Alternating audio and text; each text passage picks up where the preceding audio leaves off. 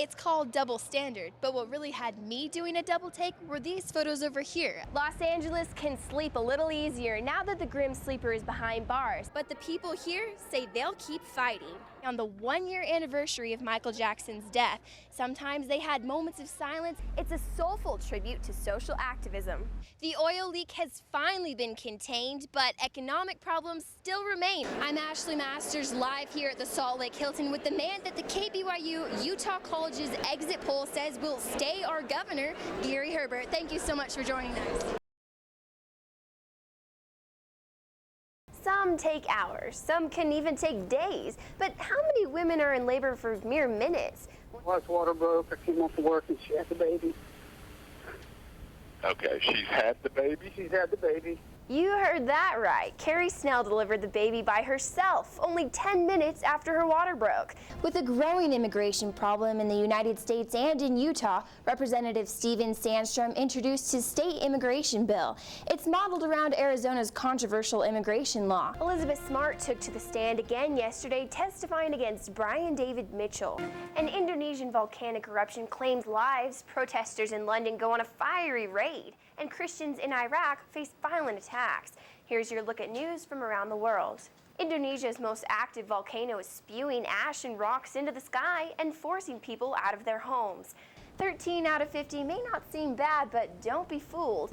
Utah only spends about 1/3 of the money recommended for programs that keep kids from smoking. The new census says 1/4 of all Utah businesses are now owned by women.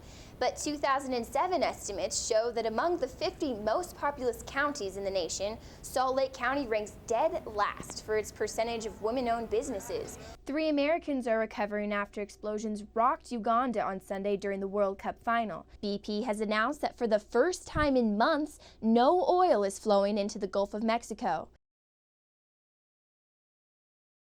Little Aiden's got his big blue eyes on you, and his doctor has got his eye on Aiden's health. The American Optometric Association started the Infant C program with one goal in mind: to provide free eye exams to infants as young as 6 months old. We felt there was really an underserved population there.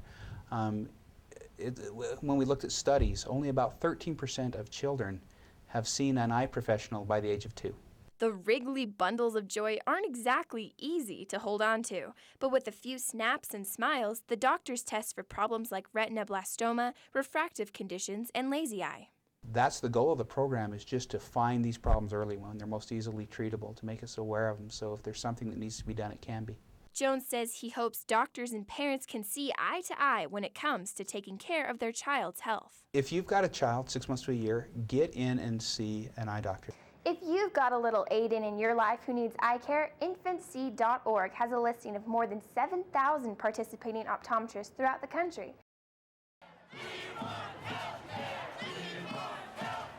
They came by the hundreds, swarms of protesters marching the streets of D.C. with a message for big business insurance companies. And we want them to hear us loud and clear. We won't take it anymore from you. The protesters surrounded the hotel where insurance company CEOs are staying, intending to, quote, arrest them. And I believe that everyone should have access to the basic necessities for life, and too many Americans don't have access to those, and that's a travesty. Their alleged crime, expensive coverage, and preventing the president's health care bill from passing. We're here supporting Obama's reform for health care. Passage of the health care bill still faces several obstacles and delays, but the people here say they'll keep fighting. Are you ready to fight? Yes! Obama says he wants the bill passed before Easter. From Washington, D.C., I'm Ashley Masters.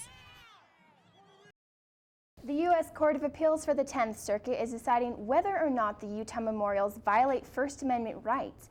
A recent U.S. Supreme Court decision could provide guidance as to how they rule.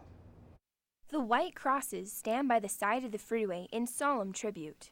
People could drive down the roadway, look off the side, and be able to know that Utah Highway Patrolmen gave their life for their freedoms and for the things that they enjoy out there. In November of 2007, a group called American Atheists filed a lawsuit. They claimed it is unconstitutional to have religious symbols placed on federally owned land. That's where the problem comes in. It's the state of Utah endorsing this Christian memorial.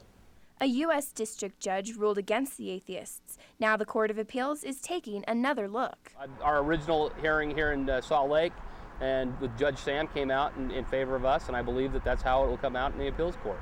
The United States Supreme Court made a decision last week in a similar case in Mojave, California. Their ruling, the crosses can stay. But is the decision applicable to the case in the Utah courts? Barnard says his case is a whole new ballgame. There's a whole bunch of factors in our case that are not present in the Mojave Desert case that makes a lot of difference. The differences include that the Utah crosses have the official logo of the UHP prominently displayed on them, and that most are on government property. Ashley, what do the families of these troopers think about this? You know, the families say it's all about remembrance, and Barnard agrees. He just thinks it should be done a different way. Okay, great. Thanks, Ashley.